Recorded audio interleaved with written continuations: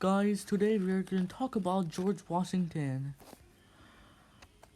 On April 30, 1789, George Washington, standing on the balcony of the Federal Hall of Wall Street in New York,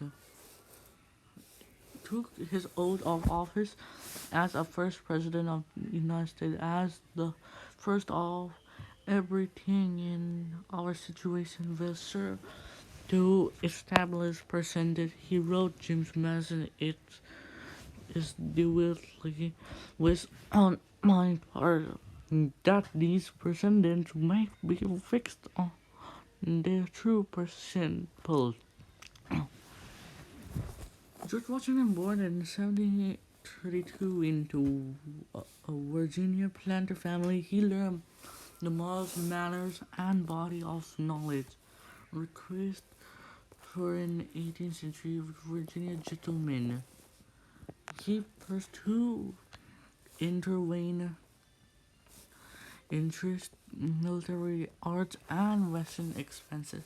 At 16, he helped Herbert Senate do lands of Thomas Lord Fairfax commissioned a Indian colonels in 1754. He fought the first skirmishes of the grew into a French and Indian war. The next year, as an aid to Gen Edward Braddock, he escaped injury.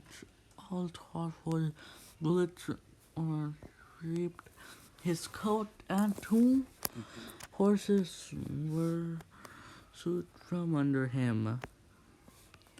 From 1759 to the outbreak of the American Revolution, Washington managed the land around Mount Vernon and served in the Virginia House of Burgesses. George Washington married to a widow, Martha Dandridge Custis.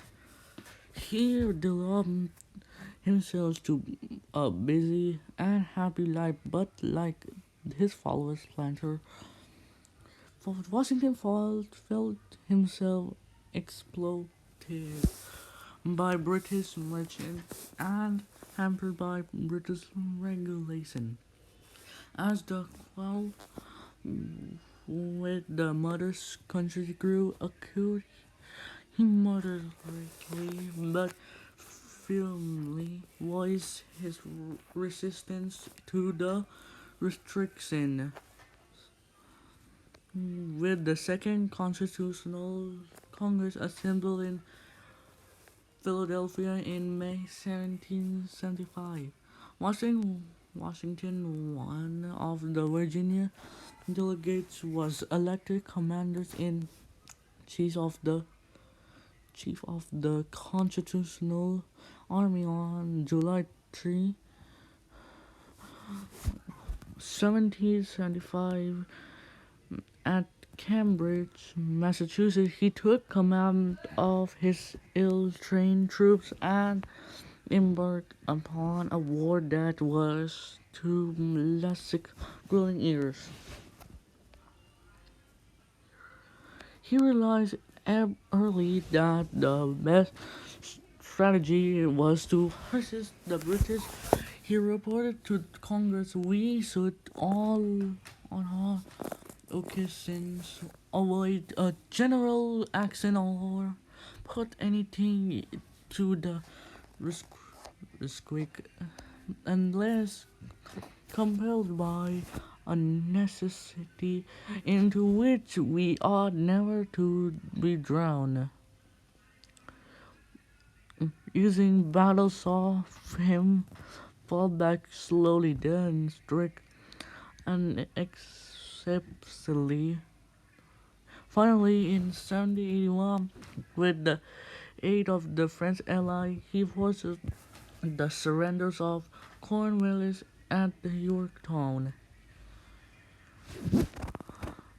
Washington longed to retire his field at Mount Vernon, but he soon realized that The nations under its Article of Confederation was not functioning well, so he became a prime mover in the step leading to the Constitutional Convention at Philadelphia in 1784. When the new constitution was ratified, the electorate college unanimously elect Washington president.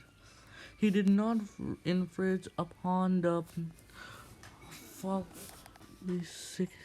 policy making powers that he felt the Constitution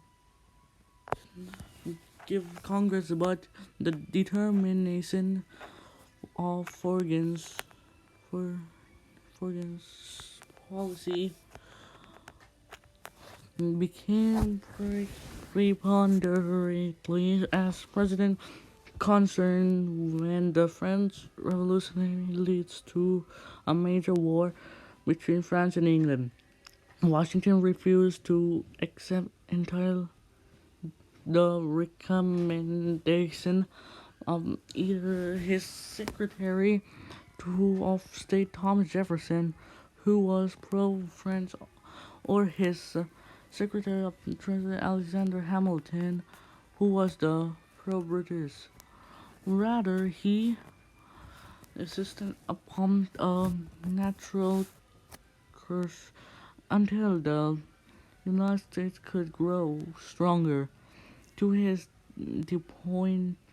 disappointment, two parties were developing by the end of his first term.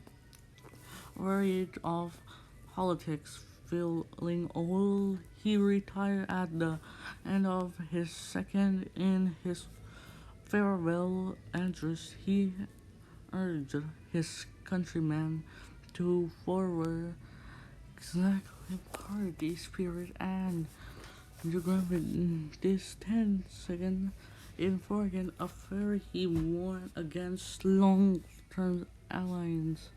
Washington enjoyed less than 3 years of retirement at Mount Vernon, for he died of a throat infection December 14, 1799. 4 months the nation mourned him. Thank you, peoples. Subscribe to our channel and click on the bell icon. See you. More videos are coming up soon.